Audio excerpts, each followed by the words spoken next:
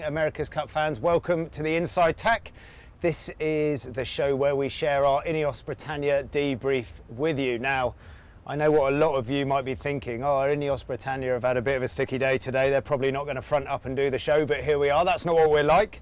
We're bringing you on the journey with us. So we have two very capable and very apt people to talk through today's racing today. We have Ian Williams.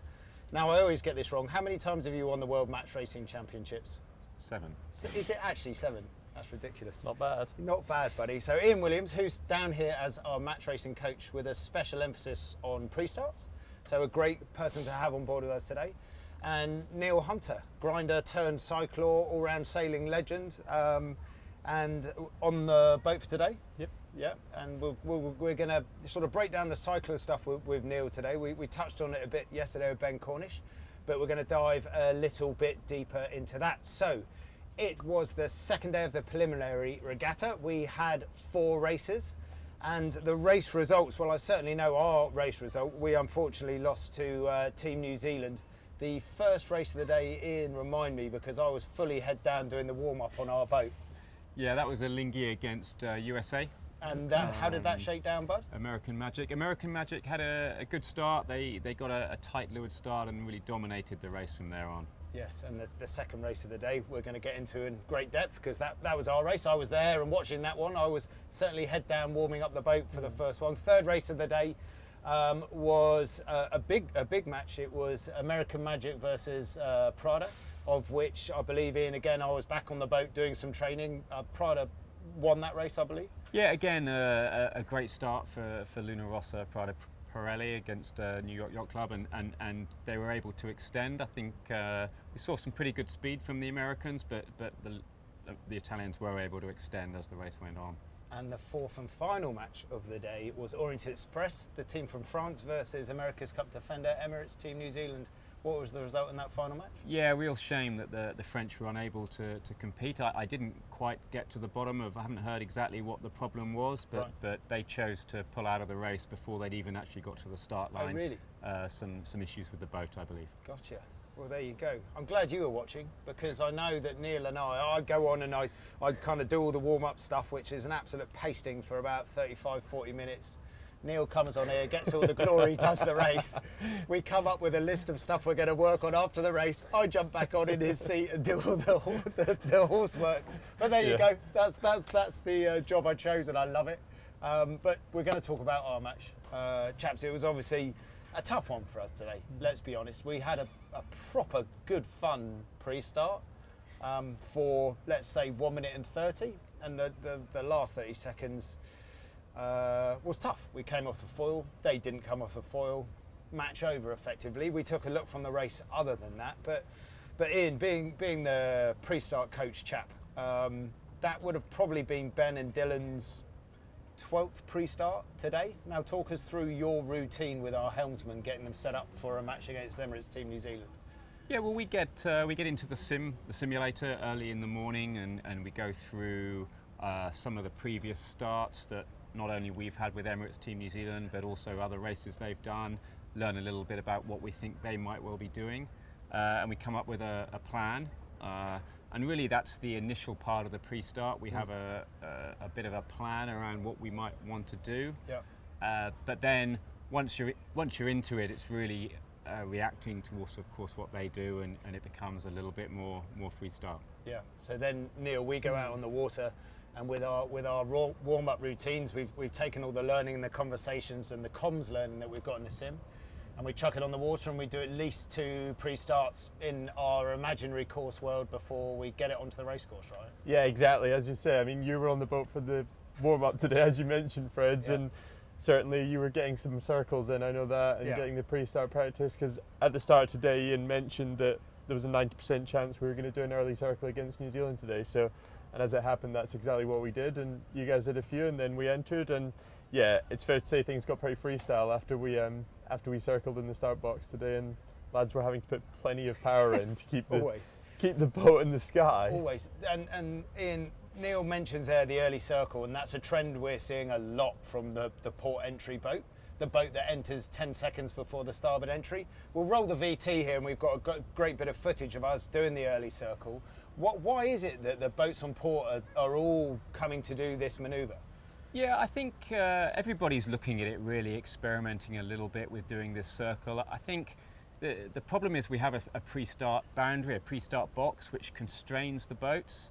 And if from the port entering at 2 minutes 10, if you continue all the way to the boundary, you get there too soon, and then you have to come back to the line too soon. Right. So we're really looking at how do we get there a little bit later, and a circle is a good way to kill some of that time. Really. Yeah, and a circle from our point of view, Neil, we know the most power-hungry moments in our race is a roundup, is a tack, is a barrow end, is a jibe. Like when you do those spread out over, let's say, 2 minutes, you know about it. So to chuck in a circle like this here, you're looking at megawatts, right? Yeah, for sure. I mean, it's a hell of a way to start a race for the cyclors. I mean, you enter the start box and you're immediately 500, 600, 700 watts for a minute and a half. I mean, it's really max effort, and you're just hoping that once you get off the line, you're going to be locked in and have a chance to recover. I mean, this was definitely one of the hardest pre-starts we've done, with the way it went super freestyle at the end, I guess, with the double tack as well. Yeah, so in the double tack, we did this circle.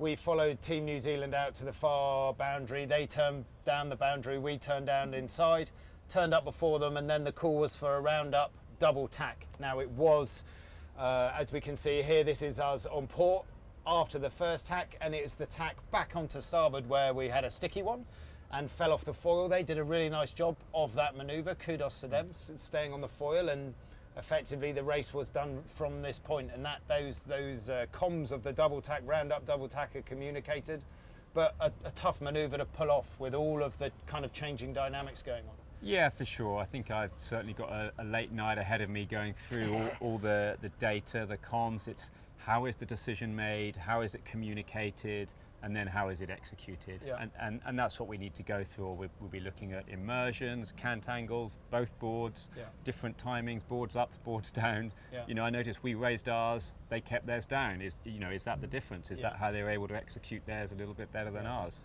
There'll be 100 other things. I'm sure it isn't just that. And as I say, I'm going to be looking at that all night so tonight. I've got to ask the question, because I've been told from everyone who watched it on shore that as Ben came off the line, quite calmly, I must say, he said, "I will have to talk through that one with Ian Williams in the debrief tonight." Has he come to find you yet, or not? No, I've been keeping my head down. No reason. Come on, bud. No.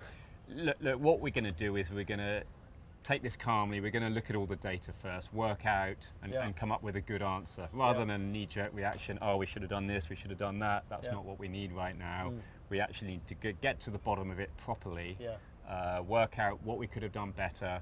Is it a case of communicating what we're doing earlier so we can be more prepared, or is it being prepared so that we can respond to the situation? It's probably a bit of both with all these things. So yeah, we'll go into it and we'll figure it out, and we'll come back fighting tomorrow for sure. Absolutely.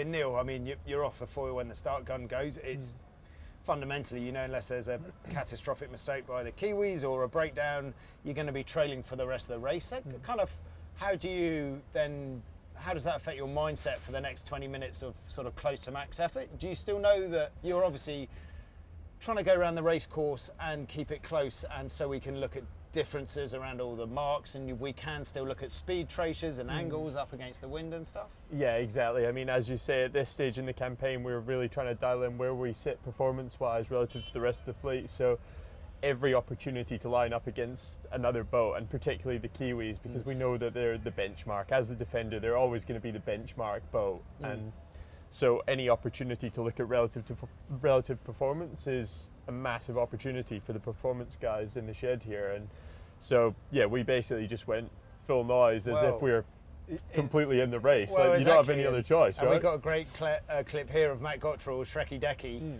and his comms on board the boat. So let's jump on board the boat here and just get a little kind of insight into the comms and the life of a cyclor in a race where you're not in a tacking duel, but you're delivering the boat around the course. So Louis, if you could run that video, and we'll listen to Shrekky.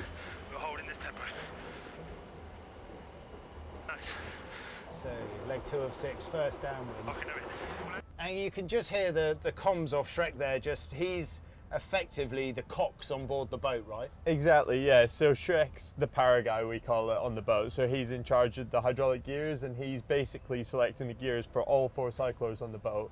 And yeah, so he's in charge of how much power we're putting into the hydraulic system. So if he tells you to push, you push, and if he tells you to go easy, then, which is pretty rare to be honest. I mean, especially with Shrek, because Shrek loves to hurt himself, he right? loves to drill it, doesn't he? Yeah, he just, any opportunity to go hard, he'll take it. So, oh man, whenever I'm sailing with Shrek, I'm like, hey buddy, we're doing just fine here, just have a breather, like I'm really tired. No, especially a bit of race day fever, everybody just loves to drill it, eh? It was epic scenes. Yeah, but I think my point being that kind of in a traditional yacht that a lot of people, if you're OCS off a start line and you're about to go and do a race at Cows Week, you might not press the rail quite as hard, and you might not work quite as hard at top handling the winch in the jibe because you've already gone back to the squadron line. With us, unfortunately, the boat requires the power it needs, right? To move the trav and sheet the main on, sheet the jib on, like it doesn't change whether you're behind or ahead. So unfortunately, we're locked in at more than 400 watts for a race like that. Absolutely. Well, let's have a little look at our teammate Harry Leask. Not the most flattering shot of Harry we've got coming up here, and you can see that the camera's steamed up there, Neil. Yeah, I guess that just shows you. I mean, one of the big things and the big challenges as a cycler here in Barcelona is the heat. Clearly, this doesn't have a whole lot of airflow in it in our little cycler box. So actually getting the guys as cool as possible before we get on the yacht is a massive thing for us at the moment, and just trying to delay the overheating ultimately. Do you reckon Harry's enjoying sailing right there? I'm not sure this is. I'm not sure this is what he thinks. He thought he signed up for, right? Oh, look, Ryan looks like he's enjoying it a little bit more, I think, right? Very cool sunnies on Ryan, but that's what we come to expect from the Zoolander of the campaign. He looks immaculate at all times, to be perfectly honest. So we finished the race. There was some frustrated people, obviously. We're being a bit jovial here, but man, there were some frustrated people because we're trying to get the best out of this boat. We sat down for half an hour with the coaches as a unit, and we came up with a strong list of stuff that we need to do better tomorrow. So we then went, luckily on my shift, not on your shift, we went and did probably the hardest hour sailing we've done in this campaign for me. We took 2 areas that we want to work on. We took the double tack in the pre-start, which obviously we got wrong there and lost the race because of it. So boy, oh boy, I've just come ashore and done more double tacks than I ever want to do in my life. And we're trying to tidy up our Louis Mott roundings, you know? So just for people at home, we don't lose a race like that, get sad, drop the sails, come in and have a bowl of pasta and go, oh, well, let's try tomorrow. Like, genuinely, the hour after that race finish was an absolute kicking. We sailed really hard. Yeah, I think it was probably one of the more important hours of yachting this campaign so far. Buddy, like, I couldn't agree getting more. that stuff dialed in, and it's clear that's areas that we've lacked in the last few days. Absolutely. Whilst we're in that fine balance of looking for straight line boat speed without trying to neglect the boat handling, and just trying to step those 2 things up like this, going into, for me is when the regatta starts proper on the 29th, when we start racing for points. Right, questions from home. Love the questions from home. Dan, this is one for you, Ian, for sure. How many options did you have for the pre-start today going in? We talked about the early circle.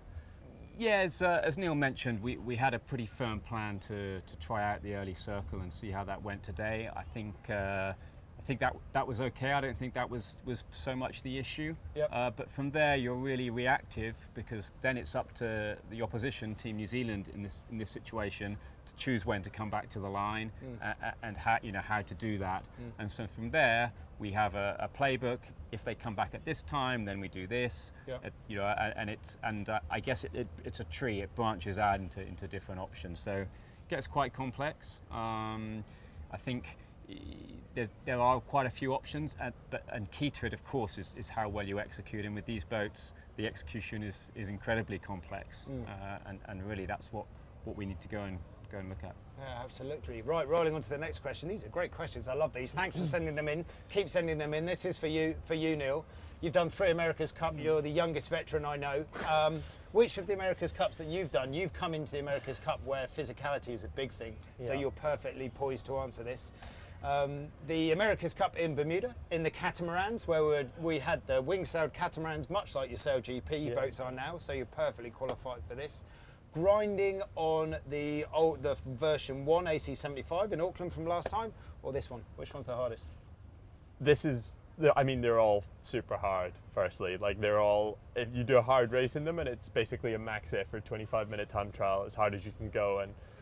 But I think, like, nothing is ever going to be physically as bad as the cats in Bermuda, I don't think. Like, for me, certainly. I don't know about you, No, but, I I mean, the fact that we were not only powering the sails and the trimming of the sails, but we were also powering the rake system and the boards going up and down. Yeah. So if you didn't provide enough power, ultimately the boat fell out the sky. Yeah. Put the pressure on the lads a bit, didn't it? Yeah, absolutely. And we had as Neil said, we have one accumulator on this boat that we can choose to help us in any different way. Back then we had 3 accumulators, so you had to fill one to help move the sails, let's say, an accumulator each side to help kind of lift and drop the boards. And we had moments in Bermuda. I remember leading Oracle round a leeward mark, and it had been a really sporty downwind, and we had to go on comms and say, hey Ben, you can't tack now because we haven't got enough accumulator to drop the board. That wasn't a very nice thing. Not great, No. is it? Not great memories, really. No, not great memories. But do you know what? I second that. Yeah. I think the Bermuda Cup. And it was also the first cup for me that redefined the level we needed to get to with our fitness. Right, so there we go, Bermuda Cup, the catamarans that you now do. Last question. How does the sailing work with both foils down? I can tell you as a cyclor, it's pretty chilled out because we don't need to control the roll moment with the Traveller. But Neil, it's how the 2 trimmers and the pilot side to side kind of balance the boat. And it's something we see in windy pre-starts and obviously in tacks and jibes, and it's a real fine balancing act, isn't it? Yeah, exactly. I mean, it's, to be honest, as you say, for cyclors, it's kind of, it's a massive relief when we're 2-boarding, cruising around, because the trim you do the trim all hydrodynamically with the foils rather than aerodynamically with the Traveller and the main sheet. So, and I mean, you can not only lift with the foil, you can also reduce the flaps and basically suck with the windward foil a little bit. So they basically control the roll of the boat with the windward and leeward foils balancing it and the rudder trim. And the comms in that, all that are absolutely massive, aren't they? Yeah, exactly. It's like the most, for me, that's the most kind of dynamic / complicated comms moment of a race when both foils are in. Sure. Well, there you go. Thanks for tuning in. I know that a good chunk of you were tuning in today to see whether we fronted up and did this after a tough day, but we're going to do this every day, I guarantee that. Looking ahead to tomorrow, we've got 2 races tomorrow.